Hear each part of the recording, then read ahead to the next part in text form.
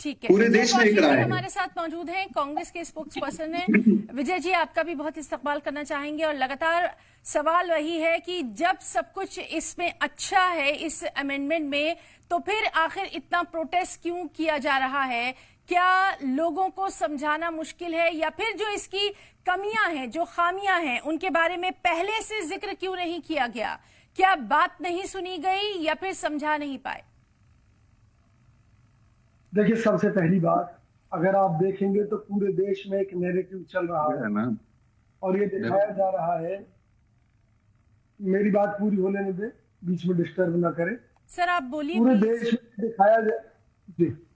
देश में दिखाया जा रहा है तमाम तरह की एडवर्टाइजमेंट्स के माध्यम से, तमाम तरह की जो भाजपा की आईटी सेल है वो तमाम तरह के दुष्प्रचार कर रही है और दिखा रही है कि किस प्रकार दो मुस्लिम आपस में बात करते हुए जा रहे हैं कि भाई ये फला जगह है, इसे वक्फ की घोषित कर दीजिए।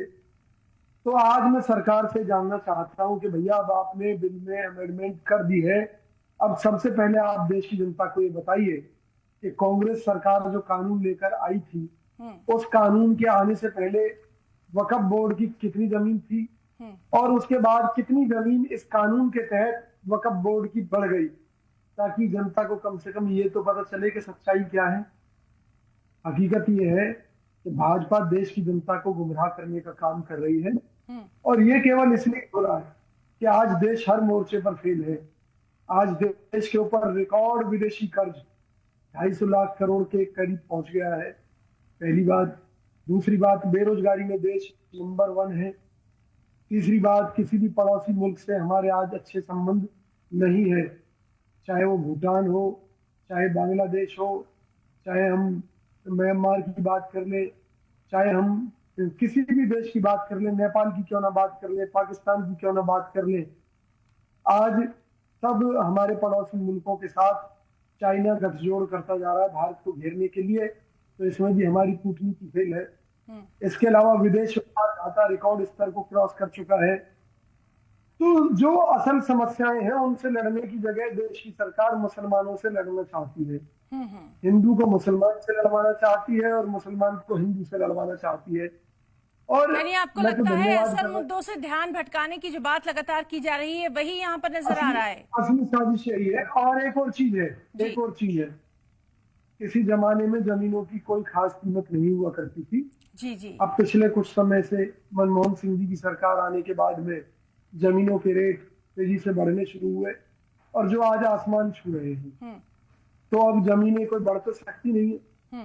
अब बीजेपी की यही एक मंशा है कि ज्यादा से ज्यादा भाजपा के एम्पायर को कैसे बढ़ाया जाए, क्योंकि 2014 से पहले देश और दुनिया की सबसे गरीब पार्टी अगर कोई थी तो उसका नाम भारतीय जनता पार्टी था। आज देश और दुनिया की सबसे अमीर पार्टी बन चुकी है। बिल्कुल। देखिए, मैं ये कहना चाहता हूँ कि ये जो हमारे नेताओं पर आरोप लगाते हैं, सच्चाई ये है, मैंने कहा ना कि 2014 से पहले देश और दुनिया की सबसे गरीब पार्टी भाजपा आज देश और दुनिया की सबसे अमीर पार्टी कैसे बन गई।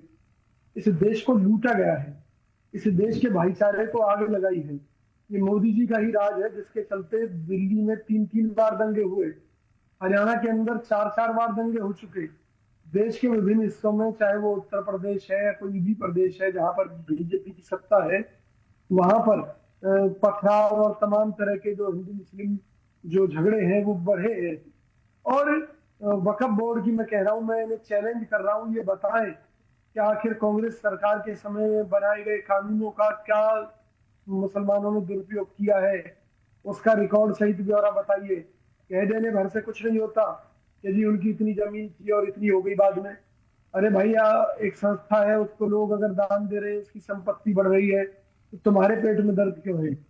फिर हम तो एक बड़ी सीधी सी बात कह रहे हैं कि अगर देश के मुसलमान सरकार से इतना ही खुश हैं तो सरकार को मोदी जी की तरफ से उन्हें गिफ्ट देने की क्या जरूरत पड़ी थी ईद पर, अगर वो खुश थे तो। ये उनको एक तरीके से लालच दिया गया है कि सरकार जो भी करे उसकी हाँ में हाँ मिलाइए, विरोध मत कीजिए, तो आपको मोदी की तरफ से सौगाते मोदी मिलती रहेगी। वरना तो मुसलमानों का आता पता ही नहीं होगा। विजय जी, तो क्या आपको लगता है कि आने वाले, खासतौर पर अगर बिहार की बात करें, वहां जो चुनाव होने वाले हैं उसमें असर दिखाई देगा? जेडीयू और नीतीश कुमार के लिए कहीं ना कहीं खतरे की घंटी है। देखिए, इसलिए तो वो डरे हुए हैं, इसीलिए तो उनके नेता डरे हुए हैं। अभी मेरे भाई एक बात कह रहे थे कि हिंदू धर्म में जो खामियां थी उनको दूर करने के लिए बहु विवाह पर रोक लगाई, ज्यादा बच्चे पैदा करने पर रोक लगाई। वहीं भाजपा के लोग आज देश भर में क्या कहते हैं कि भैया मुसलमानों के 12-12, 13-13 बच्चे, हिंदुओं को भी 12-12 बच्चे पैदा करने चाहिए। यहाँ तक कि आरएसएस के नेताओं तक ने इस तरह के बयानबाजियां की। भाजपा के बड़े बड़े नेताओं ने कहा, तो भाई तुम समाज का सुधार कर रहे हो या बेड़ा गर्क कर रहे हो? आज के समय में जब लोगों को 2 बच्चे पालना कठिन हो रहा है, वहां भाजपा के नेता अगर ये बयान दे कि भाई हिंदुओं को भी 10-10 बच्चे पैदा करने चाहिए, तो भाई आप लोग निश्चित तौर पर समाज के दुश्मन हैं। आपके बगल में छुरी है, मुंह में राम बिल्कुल है। बिल्कुल। अपने तमाम खास मेहमान विजय जी, अपीजमेंट की पॉलिटिक्स का लगातार कांग्रेस पर इल्जाम लगता रहा है। साथ ही ये भी कहा जा रहा है कि अगर इस बिल को लेकर इतना विरोध था, इतनी मुखालिफत थी, तो फिर पार्लियामेंट में आवाज उतनी जबरदस्त क्यों नहीं सुनाई दी है? अब क्यों फौरी तौर पर अदालत का रुख किया गया या सड़कों पर एहतजाज किया जा रहा है? कांग्रेस भी कहीं ना कहीं कटघरे में आ गई है। देखिए, सबसे पहली बात, क्या हमारी पार्टी के नेताओं को संसद के अंदर आत्महत्या कर लेनी चाहिए थी? तभी विरोध दर्ज होता। अरे विरोध तो विरोध के तरीके से ही दर्ज कराया जाएगा ना। वो हमारे नेताओं ने किया है, पहली बात। दूसरी बात, आपने एक बहुत महत्वपूर्ण मुद्दा उठाया कि आखिर मुसलमान ही सब चीजों के केंद्र में क्यों है। तो इसके लिए मैं एक 2 लाइनें अर्ज कर रहा हूं आपके चैनल के माध्यम से। जी सर। कि वर्तमान और भविष्य की चिंताओं का समाधान केवल मुसलमान और मुसलमान। बीजेपी इस बात को अच्छी तरह जानती है कि अतीत में मुस्लिम आक्रांता आए और उन्होंने हमारे देश में धर्म परिवर्तन का एक खेल खेला, यहाँ की जनता के ऊपर जुल्म ढाए, और बाद में उसी कारण उस देश के 2 टुकड़े हुए, क्योंकि मुस्लिम अपना अलग देश चाहते थे और हिंदू अलग देश चाहते थे। लेकिन हिंदुओं की नहीं कही जाती, अब तो ये कहा जाता है मुसलमानों के कारण ही इस देश के 2 टुकड़े हुए हैं, मुसलमानों के कारण ही हिंदुओं पर अत्याचार हुए हैं, मुसलमानों के कारण ही कई सौ वर्ष गुलाम रहे अंग्रेजों के। ये भाजपा की प्रोपेगेंडा पार्टी का काम है, क्योंकि वर्तमान की समस्याओं की बात करने का सबसे बढ़िया तरीका यही है और भविष्य की चिंताओं का समाधान यही है कि भाई भविष्य में अगर मुसलमानों से बचकर रहना तो भी आज ही बीजेपी को वोट दीजिए। तो मुसलमान को इसलिए जानबूझकर टारगेट किया जा रहा है कि ये केंद्र बिंदु में रहेंगे तो जो देश के हिंदू है ना तो बढ़ती हुई महंगाई की बात करेंगे, ना बेरोजगारी की बात करेंगे। अब ये जो कटेंगे तो बटेंगे, मैंने तमाम नारे अभी मध्य प्रदेश और कई राज्यों के दौरे पर मैं गया, वहां उन्होंने देखा, और अब तो कई गाने भी इस कड़ी में उतार दिए गए हैं भाजपा की आईटी सेल के सहयोग से, जिनमें ये कहा जा रहा है कि भैया सस्ते पेट्रोल के लालच में, सस्ते भोजन के लालच में इसको इस्लामिक राष्ट्र मत बना बैठना, मोदी जी को कमजोर मत कर देना। तो जब सरकार इस स्तर तक आ गई हो और देश में मुद्दों की बात ना हो रही हो, और चाइना ने जो हमारी जमीन कब्जा ठीक है, तो आगे कांग्रेस की रणनीति क्या रहने वाली है सर, ये भी जानना जरूरी है विजय जी। देखिए, आपने बिल्कुल सही कहा।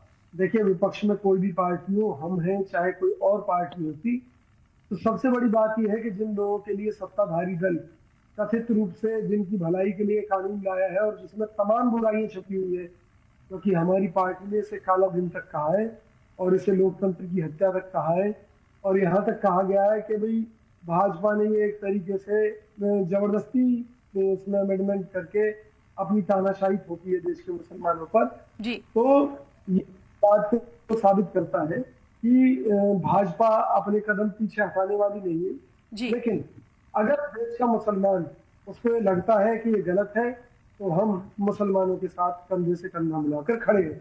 हम निश्चित तौर पर उनका हर तरह से सहयोग करने के लिए तैयार है हमारी पार्टी, और ये मुसलमानों को तय करना है कि ये उनके हक में है या नहीं कानून, और हम तो केवल उन्हें सहयोग दे सकते हैं। बिल्कुल बिल्कुल। और लगातार जो प्रोटेस्ट देखा जा रहा है, लगातार जो रेजिग्नेशन का सिलसिला जारी है, उसकी आंच जो है कहां तक पहुंचेगी, इस पर भी लगातार नजर बनी हुई है। धीरज